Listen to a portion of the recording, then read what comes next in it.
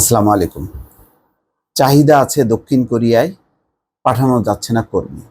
এই রিপোর্টটা দেখে আমার মনে হচ্ছে যে আমাদের অনেক ভালো ভালো সুযোগগুলো আসে, কিন্তু আমরা সেগুলি কাজে লাগাতে পারি না, বা সেই সুযোগগুলো আসলেও ওটাকে একদম ডাল করে, ওটাকে প্রতারণা প্রবঞ্চনা করে একদম নষ্ট করি। আমি মনে হয় যে রোমানিয়া হচ্ছে তার উৎকৃষ্ট উদাহরণ। রোমানিয়ার একটা আমাদের সুবর্ণ সুযোগ ছিল, কিন্তু আমাদের কর্মীরা গেছে সেখান থেকে, যে বিরাট অংশ উদ্দেশ্য হচ্ছে ইউরোপে পালিয়ে যাওয়া, এবং সেটা করতে করতে রোমানিয়ায় এখন সংকুচিত হয়ে গেছে। রোমানিয়ার উদ্যোগ ছিল বাংলাদেশ থেকে এসে তারা নিজেরা রিক্রুট করবে, সেই উদ্যোগও ভেস্তে গেছে। একসময় ইতালিতেও ছিল, এখনও হয়তো কিছু আছে, কিন্তু এই সুযোগগুলোকে সুন্দর করে হ্যান্ডেল করার মতন ক্ষমতা আমাদের নেই। কেন নেই জানেন? শুধুমাত্র দুর্নীতি এবং ব্যক্তিগত স্বার্থের কারণে। এই দক্ষিণ কোরিয়াতে অনেক কর্মী গেছে, এবং দক্ষিণ কোরিয়ায় আপনাদের বলে রাখি, এখানে যারাই গেছে শিক্ষিত তরুণরা গেছে, এবং মোটা অঙ্কের বেতন, 1.5 লাখ 2 লাখ টাকা নিচে কারোরই কোনো বেতন নেই।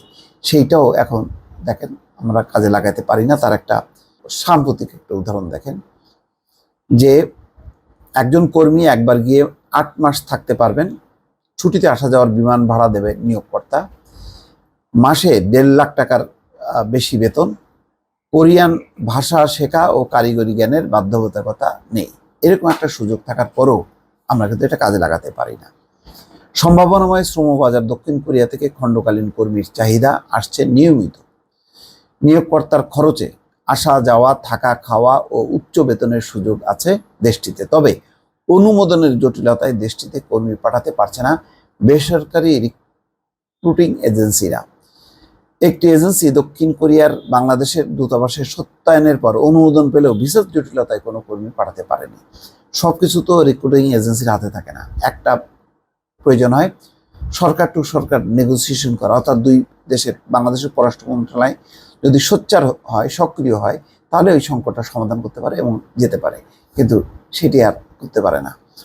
প্রবাসী কল্যাণ ও বৈদেশিক কর্মসংস্থান মন্ত্রণালয় সূত্র বলছে, সরকারিভাবে বিভিন্ন দেশ থেকে কর্মী নেওয়ার পাশাপাশি দেশটির স্থানীয় সরকার বিভাগের মাধ্যমে কৃষিখাতে কর্মী নেয় কোরিয়া। আর এই জন্য ওই দেশের স্থানীয় সরকার প্রতিষ্ঠানের সঙ্গে কর্মী পাঠানো দেশটির স্থানীয় সরকার বিভাগের একটি সমঝোতা স্মারক সই করতে হয়।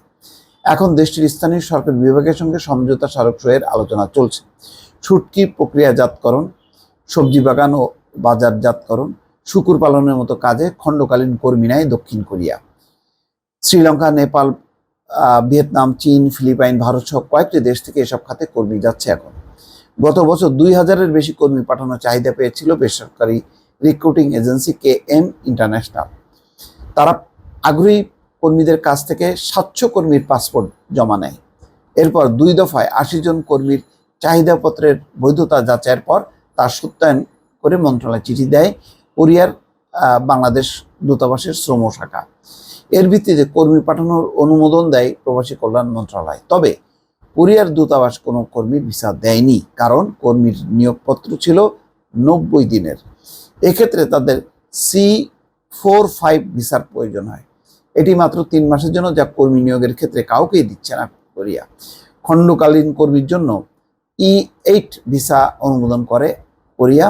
এতে 8 মাস কাজ করার সুযোগ পান একজন কর্মী, কিন্তু এই ভিসার জন্য দেশটির স্থানীয় সরকার বিভাগের সঙ্গে চুক্তি থাকতে হবে। এই যে এই ভিসাটা যে লাগবে, এই স্থানীয় সরকার বিভাগের সঙ্গে, কোরিয়ার স্থানীয় সরকার বিভাগের সঙ্গে প্রবাসী কল্যাণ মন্ত্রণালয়ের একটা এই সমঝোতা স্মারক সই করতে হয়। এখন মন্ত্রণালয় তা নিয়ে কাজ করছে। তো এখন কি হলো, KM ইন্টারন্যাশনাল বলছে কোরিয়া ও বাংলাদেশ সরকারের বিভিন্ন পর্যায়ের সঙ্গে তারা দফায় দফায় আলোচনা করেও কর্মী পাঠানোর বিষয়ে সমাধান করতে পারেনি। তাই আগ্রহী কর্মীদের জমা নেওয়া পাসপোর্ট ফেরত দেওয়া হয়েছে। কোরিয়ার নিয়োগকর্তারা এখনও যোগাযোগ করছে। 15,000-এর বেশি কর্মী পাঠানোর সুযোগ আছে। এখন চুক্তি স্বাক্ষরের অপেক্ষায় আছেন তারা। দর্শক, এই হচ্ছে পরিস্থিতি।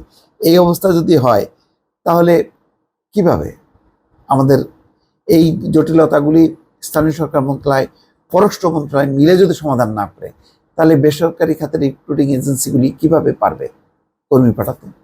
দর্শক, ভালো থাকবেন। আল্লাহ হাফেজ।